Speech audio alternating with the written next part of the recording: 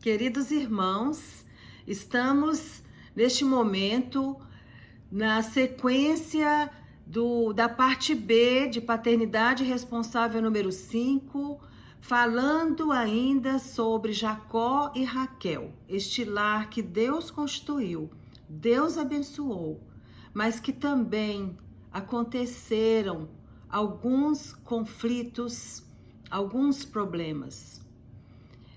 Pais fiéis, filhos seguros, apesar de muitas lutas, mas venceram também.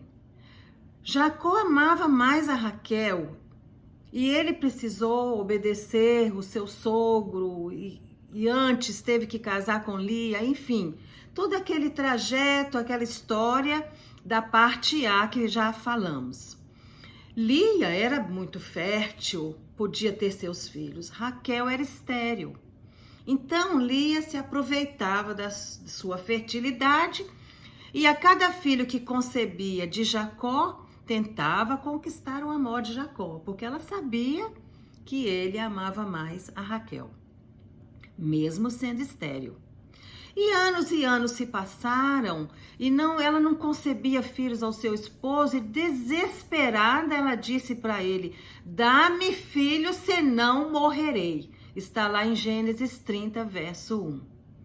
Ela já não suportava mais os insultos e as exibições de sua irmã Lia. Jacó responde já com ira, mesmo amando sua esposa, porque ele já não aguentava mais as reclamações dela. E ele disse: acaso estou eu em lugar de Deus, que ao teu ventre impediu frutificar? Então Jacó mostra ali que só Deus poderia fazer para ela. Mesmo ele sendo o esposo e amando-a com toda a sinceridade do coração, apesar dela não ser fértil, pois naquela época uma mulher que não tinha filhos, ela era envergonhada na sociedade. Mas ele não era Deus, ele não podia fazer isso por ela. Então ali começou um clima muito difícil, um clima competitivo, né, de tentativas para vencer. Então, mulheres competitivas e tentativas humanas e não vindas de Deus. Passou Raquel a oferecer sua serva Bila para coabitar com Jacó, para que ela tivesse filhos através da sua serva Bila. Jacó aceitou. E Lia também começou a oferecer Zilpa, a sua serva também, para coabitar com Jacó. Aí ela ia ter mais filhos ainda. Então, uma competitividade muito grande. Nós vemos isso no meio das famílias hoje também, no meio das igrejas, não é? Muita competição. Uns querem mais que os outros, uns querem mostrar mais que os outros. Às vezes vemos também pais usando os filhos para competir contra filhos dos outros, para mostrar que eles podem mais isto, podem mais aquilo. Então, é a mente humana, o materialismo muito grande, não é? Que vem sufocando a verdadeira vontade de Deus na vida de cada um. Deus não é Deus de confusão, disso nós temos certeza. Mas Ele tem muita misericórdia para conosco, apesar das coisas tão ruins que nós cometemos. Lá no capítulo 30 de Gênesis, diz assim no verso 22, lembrou-se Deus de Raquel, ouviu o seu clamor, quando ela disse, dá-me filho, senão morrerei, para o seu esposo, não é? E Deus a fez fecunda. Então ela concebeu e deu à luz um filho. E quando esse filho nasce, ela o chamou de José. E disse, Deus me tirou do meu vexame, da minha vergonha. E ela disse, Senhor, me dê ainda outro filho. isso está lá gravado, que nós lá na frente estaremos também falando sobre mais filhos e famílias. Jacó então decide mudar de postura depois que José nasceu. E ele disse ao seu sogro: permite-me que eu volte ao meu lugar e à minha terra. Vimos aí um genro humilde, não é? Submisso. Ele pediu permissão. Um acordo, um engano. Como havíamos já dito na parte A dessa reflexão de Jacó e Raquel, que Labão era também um grande enganador e um negociador, né? Então, mas nós não vamos entrar em detalhes que aconteceram com esse pedido de Jacó para o seu sogro. Mas sabemos que Labão permitiu que Jacó voltasse para sua terra com suas filhas, porém, propôs algo que, na verdade, que a mão de Deus cuidou de Jacó e a sua família e não permitiu que acontecesse como Labão havia planejado. Confirmando assim o que o Senhor já havia dito a Jacó, e disse o Senhor Deus a Jacó: torna a terra de teus pais e a tua parentela, e eu serei contigo. Porque Labão tentou atrapalhar um pouquinho esta saída do seu genro com suas filhas, com os netos, etc. Mas Deus estava ali com Jacó o tempo todo. E ele conversa com Raquel e Lia sobre o comportamento do sogro. Chamou as duas no campo e conversou e disse: eu vejo o rosto do seu pai não é muito favorável, como era antes. Porém, o Deus de meu pai, olha que coisa linda, tem estado comigo.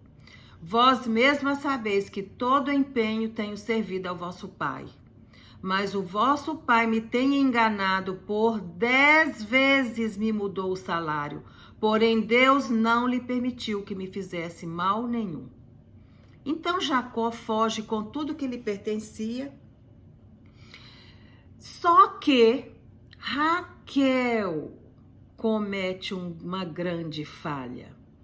Furtou os ídolos do lar que pertenciam a seu pai e levou junto com ela. Raquel falhou grandemente para com seu marido. Ela enganou Jacó, não contando-lhe que havia levado esses ídolos de seu pai, mesmo vendo que seu pai, encontrando-o pelo caminho, o questiona sobre os ídolos, acusando Jacó de ter saído sem avisar e de ter roubado os ídolos de sua casa. Jacó, mais uma vez, sendo enganado. Quais são os objetos, os ídolos, os costumes, as ideias, influências que, mesmo amando o seu cônjuge e filhos e netos, estamos levando para casa e estão se tornando entulhos e depósitos de destruição de um lar que antes era harmonioso, pleno da presença de Deus? Nós precisamos, irmãos, organizar nossa casa, desapegando de tudo aquilo que está trazendo maldição e idolatria, tirando o Senhor do trono, do centro e verdadeiro sentido da família, que é Jesus no centro de todas as coisas. Vemos a fidelidade de Jacó, quando Labão pergunta para Jacó: e agora que partiste de vez, por que tens saudades, é claro, da casa do teu pai, não é? Por que furtaste os meus deuses? Jacó demonstra sua total honestidade a seu sogro e responde: não viva aquele com quem achares os teus deuses.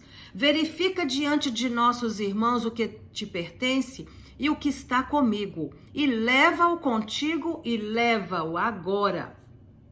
Pois Jacó não sabia que sua própria esposa Raquel é que os havia furtado. Houve uma reconciliação de Jacó no caminho. Que coisa mais linda! Com todas essas confusões, tentando tirar a paz de Jacó, mas Jacó não perdeu o foco. Ele quis voltar para a casa do teu pai, porque ele queria reconciliar com o seu irmão Esaú.